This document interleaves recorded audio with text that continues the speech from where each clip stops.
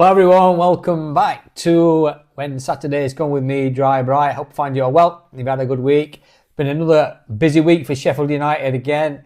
Lots to get through. It's been Ruben Sayers' presser today. He's had a lot to say. Too long. It went on for about 30 minutes, something like that. But to be totally fair to him, I thought that were a good presser today. A lot better. He sounded a lot more confident. I think it's because the club have been moving forward in the transfer market. He's getting players in that he does want, so we've got to give him a bit of benefit of the doubt as it goes on. It all transpires on the football pitch, of course, and it's all about results. But just I'll quick run through the transfers, ins and outs, and then I'll go on to what he says. So we've had the ins. Ben Godfrey's come in. Tanganga's come in, Danny Ings has come in all this week. Polendikov, Zatterstrom, Yukaki, Binden, Louis Barry, Samari. They've all come in, out. I've gone obviously Vinny Souza, Anel, Moore, Caceres, Freckleton, R&D on loan. Evan Easton's moved out this week on loan. Billy Black has moved out on loan. Gerbich on loan, and Brewster has obviously was released. News on Nathan Redmond and Ben Mee. He was asked a question, and he says there has addition has been made on them, but they're not prepared to go public at minute. They're still sorting a few things out. I don't know whether that means they're going to be signing or not. They are experienced ex-Premiership players, and we do want them. I guess one of them might join us. I'm not sure. We'll have to wait and see. I'm not going to speculate on whether they're going to join or not.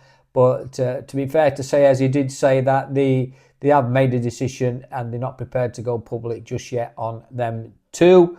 They're exploring other options in the market as well. Kian Ashford were mentioned at Cardiff, and he's on the list of everybody, not just Sheffield United, to be fair to him. So he's obviously... They are looking, and they're still looking. It'll go on transfer day. It will reference towards end of his presser that they'll be having pizza on Monday, so it could be late. So there will be deals to be made, I would imagine. On Tanganga, he says when he joined the club, he was one of the first players they thought about. He had a great season last year at Millwall in the Championship. He signed a 3-year deal, so it's good for him, and he'll be a great addition to the squad. And I do agree with that. He's a good defender, and we do need somebody in of his ilk in defence. He talked about Ben Godfrey. His best place is at centre back. But he can play right back, and he is a good addition to the squad, which he is, and what we need. So that gives us options at right back and centre back as well. So we're looking better there, aren't we? Now we're looking a lot more solid in defence. That's what we need, and to tighten things up a little bit. On Danny Ings, he's big on Danny Ings, by the way. Danny Ings this, Danny Ings that. I can tell you that.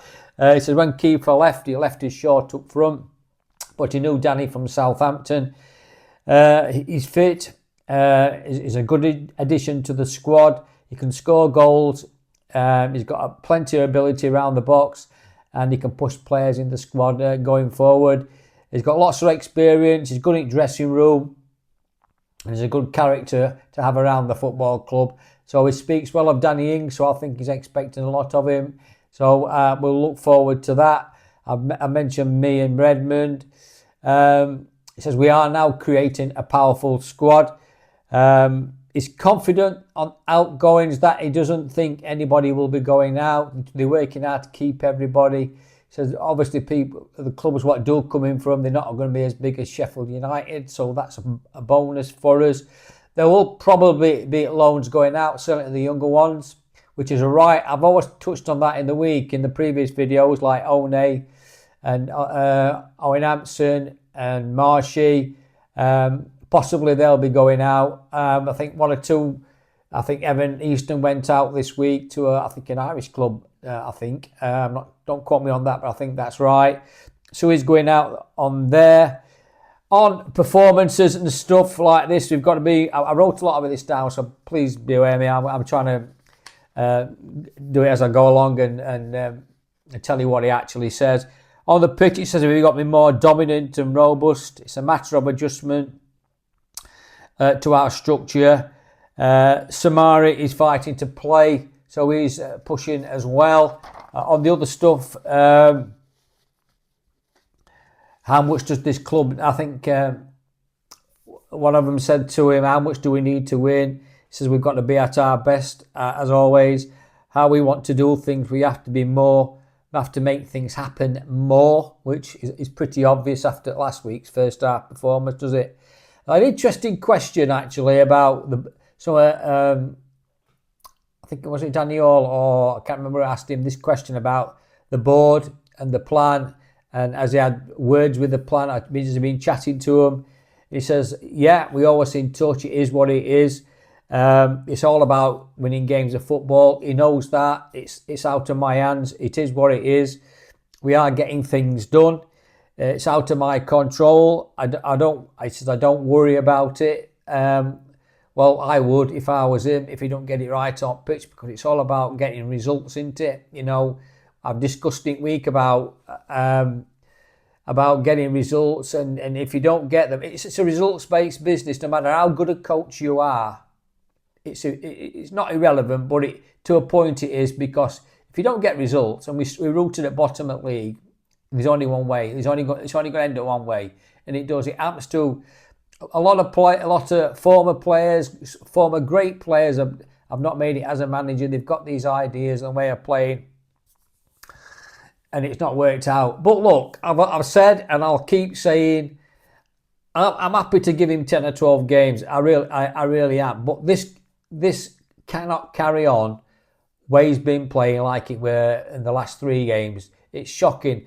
I know a lot of people have been saying, and I've read it on other platforms, and they said that, you know, a lot of people agree, some don't, and it's about, well, we'll wait until he's got everybody he wants in the squad and give him a chance. Yeah, that's fair enough. I ain't got a problem with giving him a chance when he gets the players in the squad that he wants. But the point is, we can't afford to keep losing football games, because you become further and further adrift at the bottom. So that's what I'm saying. You can't leave it too long.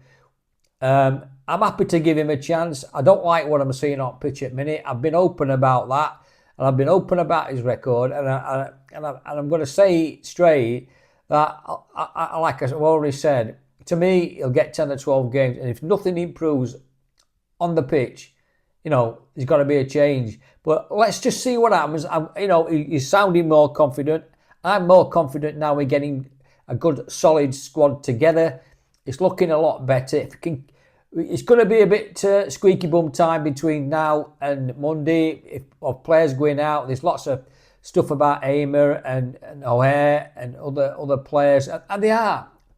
Clubs are going to be looking at them now and make an offer or whatever. It's a matter, can we keep hold of them? If they come up with offers we can't refuse, then what do you do? It's pretty obvious. But we've always got to make sure, and I hope they are, getting players ready to come in if these go out. And I'm hoping they don't. It's really important now that if you want to make some form of a challenge or get up that league table, you've got to keep your best players. There's no doubt about that, and we have. So we'll wait and see. He talked a bit on Middlesbrough. They're well organised. They're quick on attack. It's going to be a good challenge for us. It is what it is, so let's go for it. So that's positive talk. I like that. I mean, I want him to go for it. I want him to be positive. I want us to get a result. We need to change the narrative, don't we? We need to lift a bit of this doom and gloom out of it a little bit and raise the spirits of the fan base and the players around them and get a result. I think once they get a win under the belt and get some confidence going, we'll look a different team altogether. And we've got to do that. But as it stands at the minute, the results don't lie, the performances don't lie. So we're going to have to wait and see, aren't we? And it's I'll be watching on Saturday. I'll be looking at the body language, and I'll be looking at the system, and I'll be looking at the structure, how we're playing. and how confident the players are. I'll tell you what, under Edwards Rob Edwards at Middlesbrough, he's a good manager. He's Rob. I quite liked him at Luton. He did really well from them. I think he's got them playing ante, and they've won the last 3 on bounce, so they're full of confidence going into this game on Saturday lunchtime. So, and we've got to go there as well and give him a good game.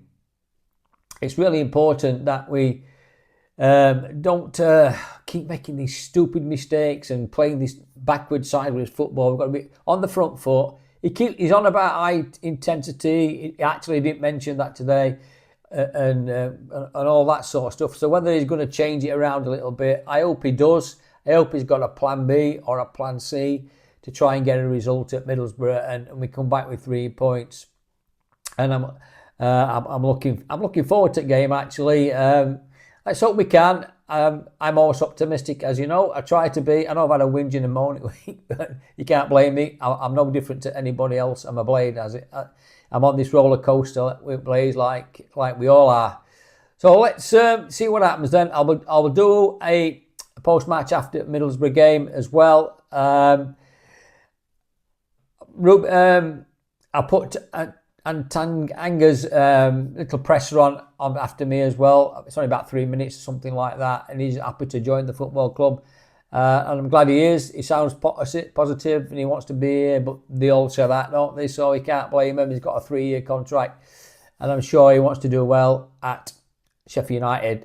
So, as always, guys, thanks for watching. I really, really appreciate it. As always, please like and subscribe if you can. I might do a live video if over the weekend. I might do it after the game on Saturday, so look out for that. I'll put something out there, and if you want to jump on and have a chat, it'll be great to have a chat with you. Let me know what your feelings are and how the game how the game went. So let's hope it's 3 points and we're all in a happy mood for Saturday night before we go into the international break. So thanks for watching.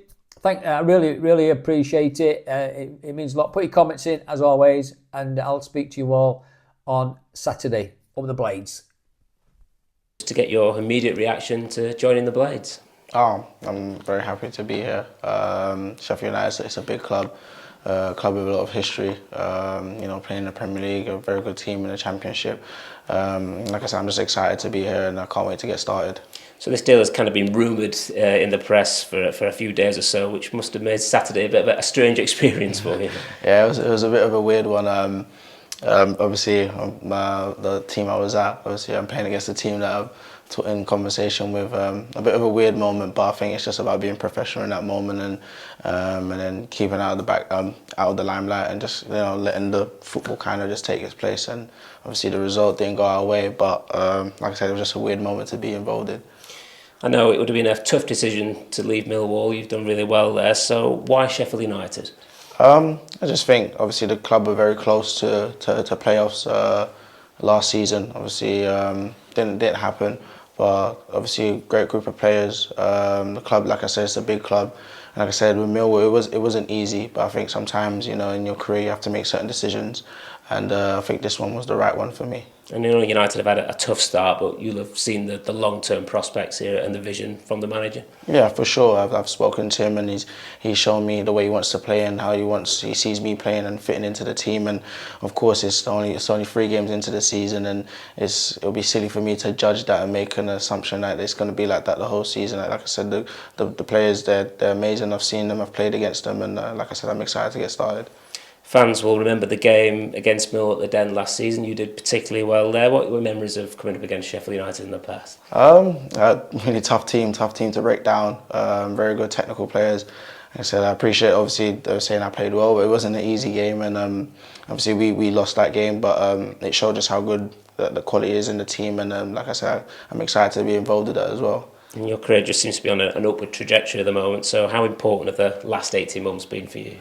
Well, pivotal. I think obviously for my time at Spurs, I learned so much. Obviously, as a young boy, you want to be playing week in, week out, but that wasn't always the case. And I think after leaving, it was important for me to go somewhere where I could be able to have that platform and to play week in, week out. And Millwall gave me that. And like I said, that's all I really want to do from young. When you say you want to be a football player, that's really it, to just be playing week in, week out. And thankfully, I had that. And obviously, it's just want to continue that and continue that over here at Sheffield United. And you touched upon Spurs, great grounding there, Premier League, Champions League, Europa League, train and play with some great players. How important was that in your development? A lot. Being able to play with some great players like Harry Kane, Sonny, even working under some great managers like Mourinho, Conte, and Pochettino, and so it was helpful for me as a young boy to be able to get all those information from all those type of people and try to bring them into my game and help myself develop, which I feel like it's definitely played that part. And coming north now, how much are you looking forward to moving up here? It'll be new. I've gone along to Germany before, so moving home or leaving London isn't something difficult for me. I'm able to adapt. I look forward to it and see what Sheffield the area has for me. And obviously played the first 2 games, so fit and raring to go? Yeah, for sure. Spoke to the manager. Obviously, didn't have the opportunity to play on the weekend, but like I said, I've been training and I'm ready to go and be involved with the team.